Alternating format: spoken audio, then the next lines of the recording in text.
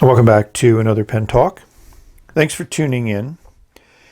Yes, today we're going to continue on our journey to explore the world of Chinese fountain pens. I haven't done an unboxing for a while, so I just got this in the mail today. I recognize the packaging, but I don't want to give it away, so let's cut the tape.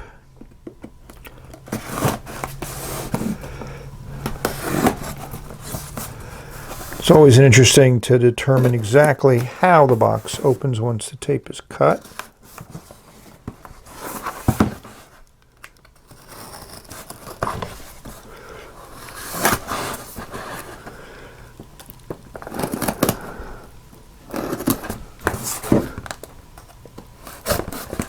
So I think that should do it. And if we open it up, we see my enemy. So this is, to me, not a good packaging, but as you can see, we do have two pens, so I don't think these are the pens I expected. And that one is the one I expected, the 355, the bulk filler, 52 SM Galaxy. It's a nice color. And we also see down here some of those familiar, cat pictures that PENBBS puts in with the package. And I got two duplicates, which I've gotten before. If I look, there's nothing else in there, and some of the popcorn disappears behind the desk. So let's start with this one first. Slide it open. And it comes in a nice kimono. That's always nice. I mean, I'd rather have the kimono than any other type of thing. And they're usually wrapped pretty tight, so I need to really work on sliding that up and unwrapping it. And we have the pen unveiling.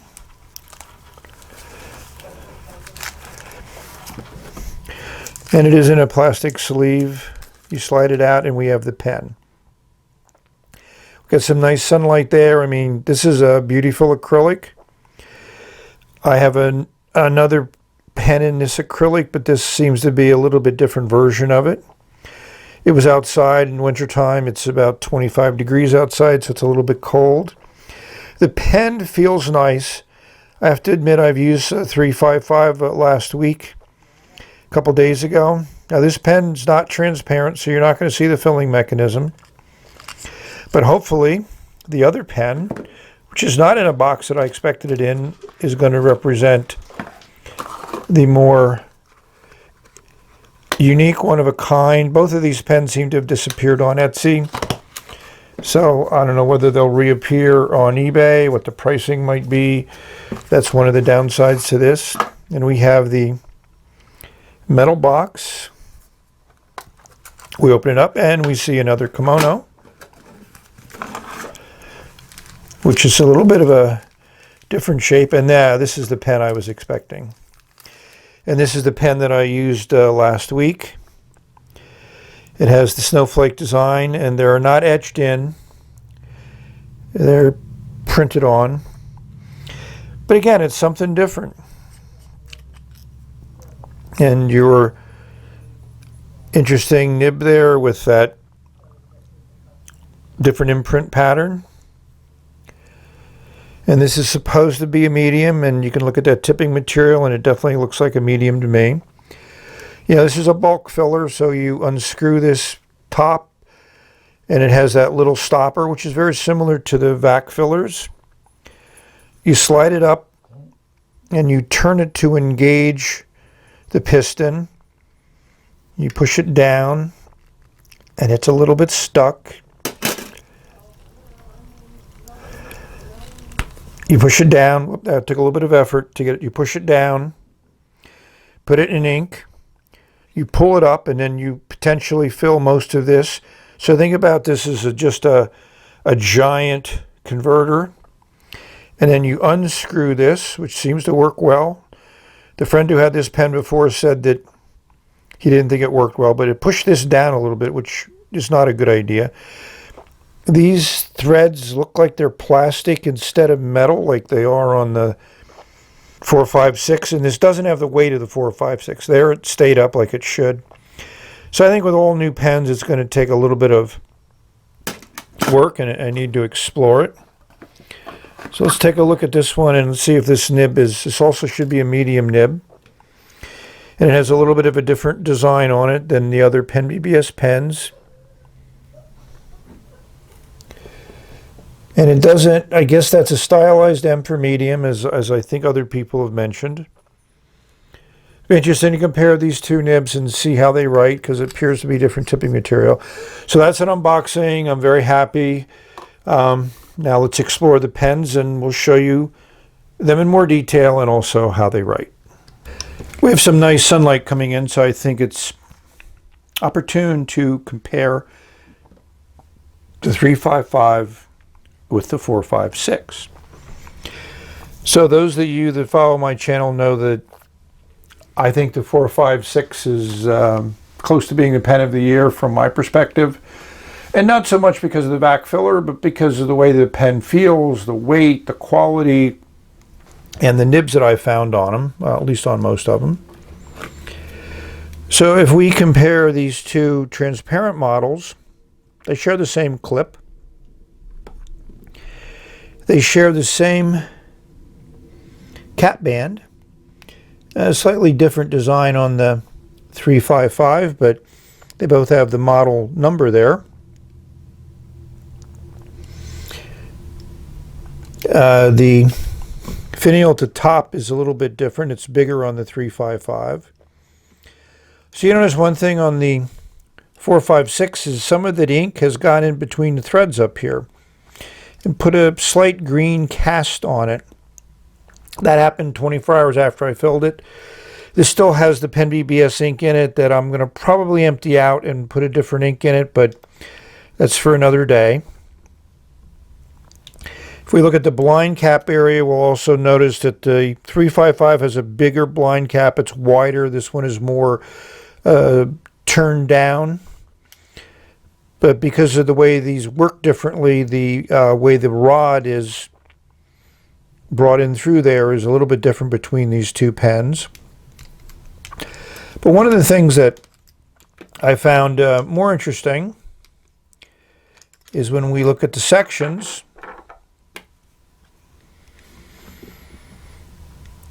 It may not be as evident on these clear models as it will be on the other, model, but the 456 has more of an hourglass shape, which is more common with the other PENBBS models. And the 355 has a bigger flare out at the end. I'm going to measure them, but they're both about the same. But you'll notice there's a metal piece here at the end of the barrel. There's more metal at the top of the pen. So the weight is actually, to me, a little bit better feel. The nib is obviously different. These 355 nibs are quite different from other nibs that PENBBS has done. I just think this 52 Galaxy is a phenomenal blue acrylic. I really enjoy it. It's similar in, and not really similar to anything else that I have. We'll show some other blue ones that are in the same family, but not exactly the same. There you can see a little bit more detail on that cap band. When we uncap it, let's count the turns. 1 3/4, almost exactly like all the other PENBBS pens that I have. And there's that very nice ornate medium nib. I had to fill it up because I had to write with that nib. And I think here you can see a little bit more the way that end is designed, the way the section is carved, and that pearlescence comes through very, very nicely. I love the sun. Here we're comparing it to Infinity, which I really fell in love with, but I have to admit the Galaxy I'm even more in love with. the way that there's a little bit of a graininess to it. You know, it's just a different way that the pearlescence is coming across. And I think this may be more evident now to compare these two sections. You know, compare those nibs, look at the tipping material that's on them. Of course, I have a replacement nib in this one, so that's a medium generic Chinese nib that I got from Bobby. You know, both of these hold well. You know, again, PENBBS is really good at designing pens that write well and work well. So you may say, how does this compare to the Moonman Blue acrylic? So here we have that. And it's a third type of blue acrylic in a similar type of vein with the pearlescence in it. You know, in this comparison, it looks like the Infinity one has a little bit of green in it, and the Moonman one is a little bit on the purple side. It's just interesting when you put them all together and you have this very nice sunlight coming in, you can really appreciate how the quality of these pens are both made. But also, obviously, what comes across is how small the Moonman is relative to the 308, and the 355 is much bigger than the 308. You can see how that LED X-ray light shows you off from the resin from the inside. There is some translucency to it, but it's certainly not going to be something you can see ink through. At least I don't think so. But you can see there's some black veins in there in addition to the pearlescence, so that really makes it a great resin. I mean, you really don't see anything through that barrel. Of course, there is a lot of ink in there. If we reduce the external light, you can see a little bit there. You can kind of see where that ink level is. So this got a pretty full fill on it all. So what ink am I going to put in? I've been into blue phase and green phase, and I think I want to put the most benign ink I can put in there, an ink that a lot of other people have used. I had to pull it out because the bottle is only half full, and I didn't think there was enough space in there, and I wasn't comfortable trying to fill it with the bottle on the side like this. So let's set it up and let's ink up the snowflake. I thought I had filmed the filling of this pen, but I didn't. So I had to empty it, and it, you know, empties fairly well, but obviously we'd have to flush that. I would unscrew it. I would do a whole bunch more, but we're not going to completely clean it out. We're going to take it through the process of, after I emptied the ink, I'm going to pull this all the way up. If you pull it up strongly, it kind of locks in place, and then it allows you to unscrew the piston rod. It's not the cleanest design, but it does work. So we put the piston knob in there. You can see when you get it tightened up, the piston turns. We're going to put this down.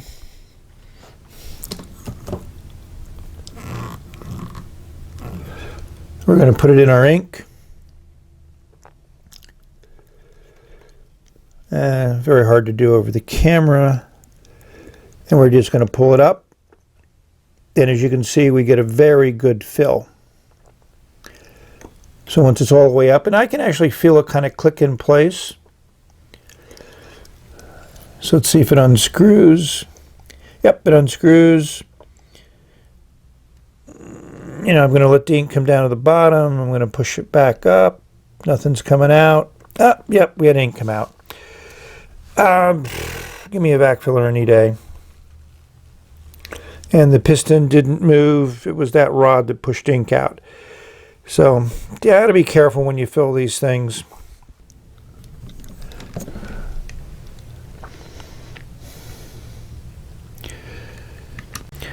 I have to issue a retraction because it was my fault that all this ink got into the section.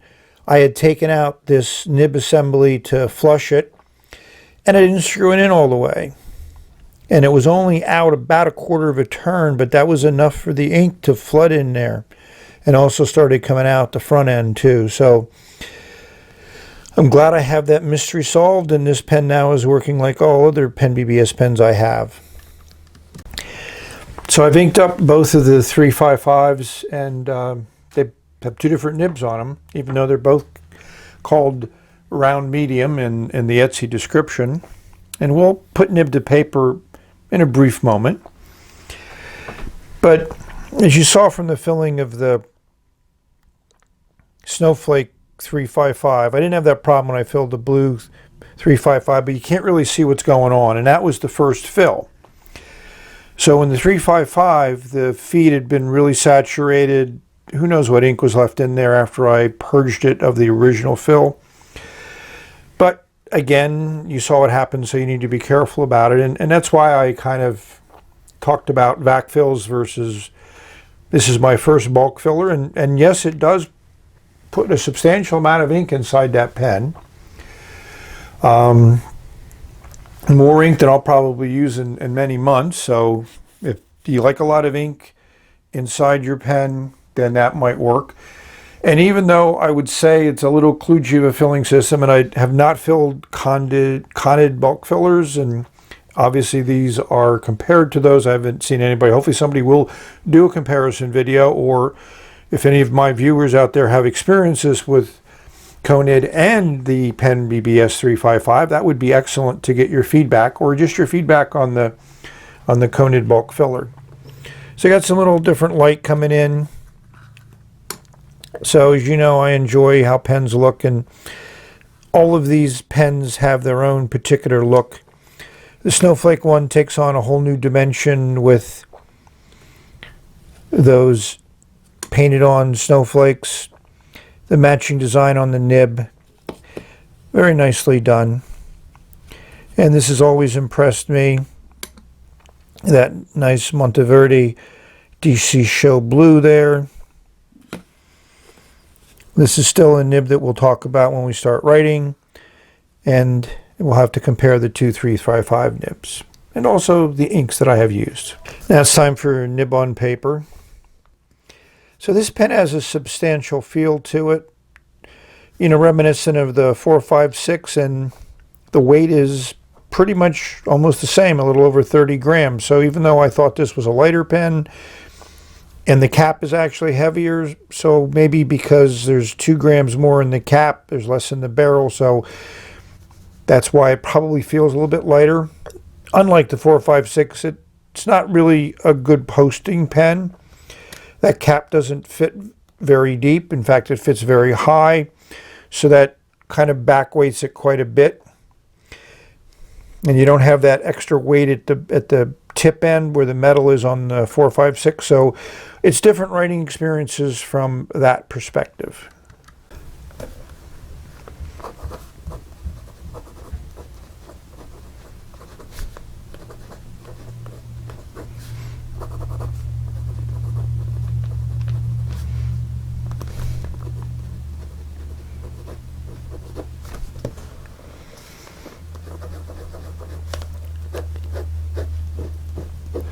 I mean, this is very smooth.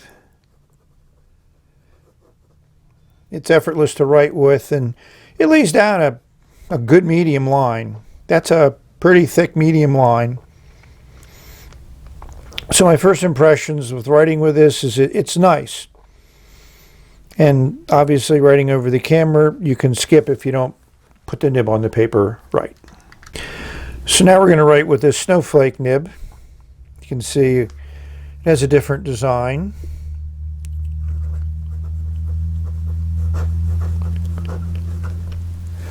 And this also has the Waterman ink in it. Not certain how well the different color comes through. The horizontal and vertical is a more variation than there is on this other nib. So this nib is a little stubbish, which I kind of like. You know, it gives you a little bit more variation without doing anything because of the way it's ground. And I've looked at these under a loop, and it's very difficult to see that they are ground a little differently, but not that I could look at that grind and say this is what it's going to write like. And this is not quite as smooth. And that's really a small differential. And there's a little bit of stuff behind there. So I think we need to compare it to a standard BBS nib in a 456, and this is a pen I've used a number of times, and it has the same Monteverde ink in it. So this is a 456. I think immediately you can see that this is definitely a fine nib. And this is after I opened it up and made it wetter and made it a little bit wider. So they definitely have come out with a different nib, and it's definitely a medium, and it definitely writes like a medium. So I'm impressed from that perspective. Some viewers have asked about removing the nib and feed, and I'm going to use this Gloom 308 to demonstrate that. So there is an assembly in there which you can unscrew, but we're not going to be doing that now because we want to swap this nib out. So I'm going to hold it on the side of the nib, staying away from the fins, and I'm just going to pull, twist and pull, and it slides out. So that doesn't happen with every PENBBS pen. Sometimes you need to get some lubrication in there to pull it out, and sometimes it will just never come out. So Bobby included these medium number 6 nibs. They're Fluellen. You can see hopefully that M on it. So we're going to put one of these in the 308, ink it up, and see how it compares to the medium nibs that I got on my 355. So when you're putting a nib back on the feed has a cutout for the nib. So there's a little ridge right there, and it holds the nib in place. And as you can see, that nib it sits just like it should, and the nib and feed just go in any particular direction. It just slides in, and you should put it up against that end of the section, so make certain everything's nice and tight. That nib looks good. We're going to screw it in, and hopefully you can see there's a decent space there between the end of the nib and at the end of that finial on the cap. So let's ink it up. I'm going to use Edelstein Smoky Quartz, obviously, for this brown Gloom pen. This is the ink we're going to put in to the transparent brown 308. Now, I had cleaned and flushed the nib and feed, and I washed off the new gold nib that I put in there. So this is 3 times my usual method. The first time I pulled up ink into the converter, it only came up about 1/3 of the way. Back down, back up, it came up about 3/4 of the way, and then back down, and I slowly brought it up. If you bring it up too quickly, it seems to get a lot of air in there, so you're not going to get a full fill. But that's a pretty full fill, so I'm very happy with it. So you may ask, how does the Fluellen medium nib compare to the other medium nibs in PENBBS?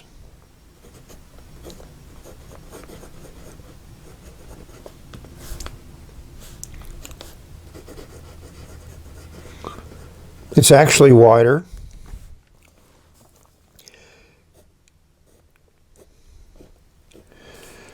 I think you can see that. It also requires pressure to write, similar to the PENBBS nib. So if you just put light pressure on it, it's going to be intermittent, but it lays down a fine line. But just a little bit of pressure, which is normal writing pressure, it puts down a decent amount of ink. And this, of course, is that Pelican Smoky Quartz, Edelstein. So all in all, you're not paying any extra for the medium nibs in the PENBBS model, so I strongly recommend using them. But if you want to put a medium in your other PENBBS pens, this Fluellen nib could work.